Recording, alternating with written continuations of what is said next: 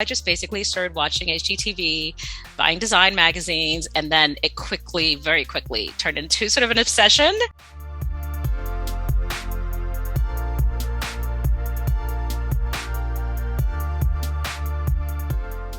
I was waffling back and forth. Didn't really know what I was going to do, whether I could actually make that shift. And then the earthquake happened in Haiti in 2010. And that was my last big push because, I have a lot of family members who are doctors and architects. Some people were going back, and I was a marketing, PR, crisis management executive.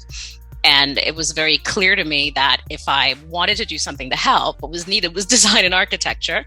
And so I think the earthquake was January of 2010. I enrolled in September of 2010.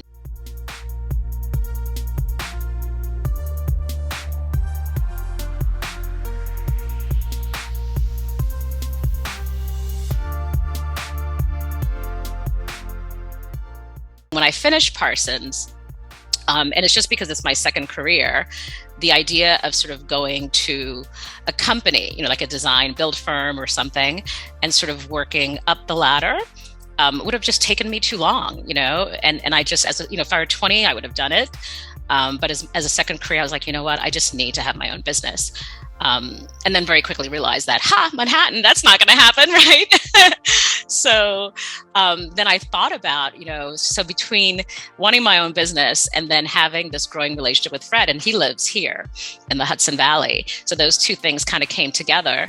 And so as part of my moving up, I approached him and I said, hey, you know how you do construction work and I do interior design?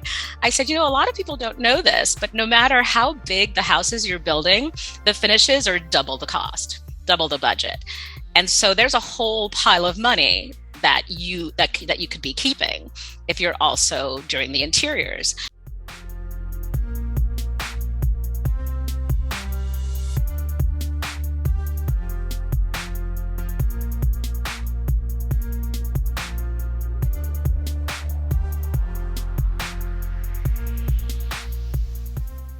I got really proactive in 2017. I said, you know what? I'm a business consultant. This is what I've done all my life. There's clearly something here, meaning there's a whole bunch of people in the creative community, but nobody's working together.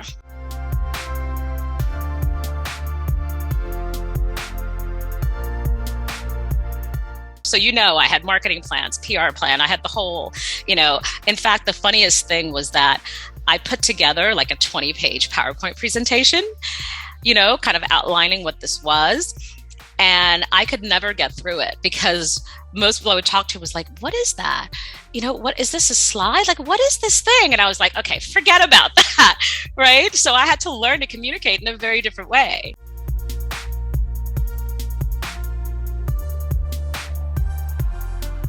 Obviously, I love show houses. The one thing that I don't like about show houses in general is because I come from an economic development background and a business development background, the idea of creating all this lovely stuff and then it disappears, but it also has no impact on the community around it where the house is, right? So those two things I wanted to address because as an interior designer, I could never see this beautiful work that this designer has created and then be like, okay, now it's got to go. That would break my heart.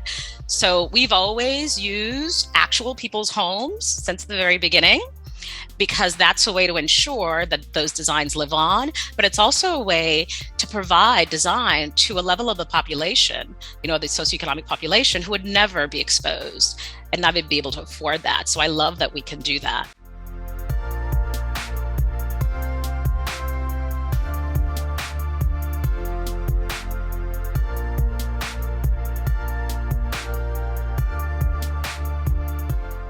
We chose one of their houses as in their portfolio.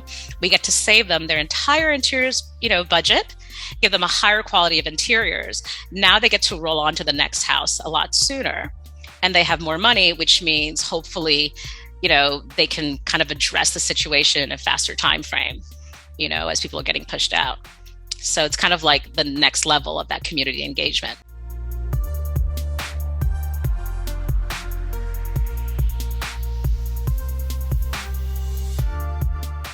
we always have, established interior designers, of course, but from the very beginning, I've always left 1 or 2 spots for more junior designers.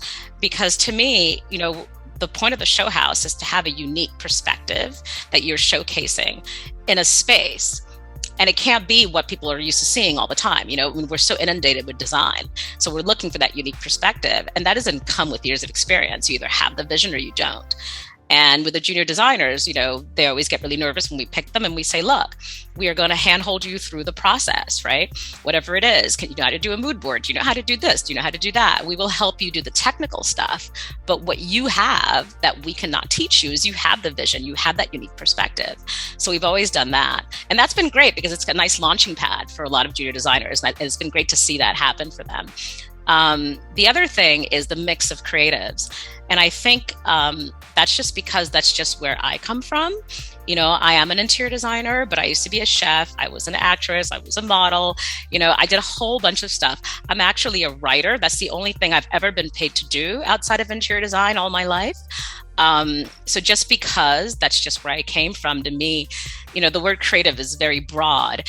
And so we've had graphic designers, set designers, product designers that have been in the show house taking over room as interior designers, because the fact is we're dealing with scale and color and texture and dimensions, right? But we're looking at it from our different lens. And I think it's interesting to see how creatives interpret spaces, and why not show that in the show house?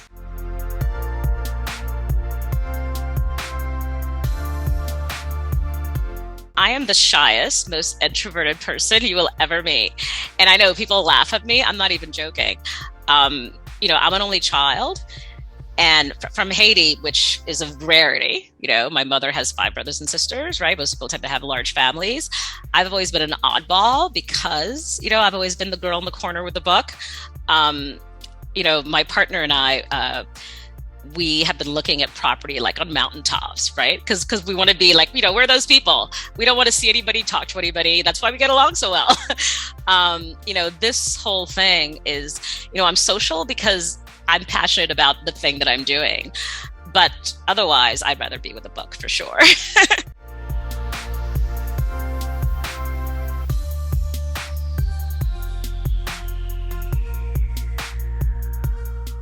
You have to do the thing that speaks to the truth of who you are also, right? Like there are the market conditions I was responding to, but it didn't have to be a show house. It could have been a number of things.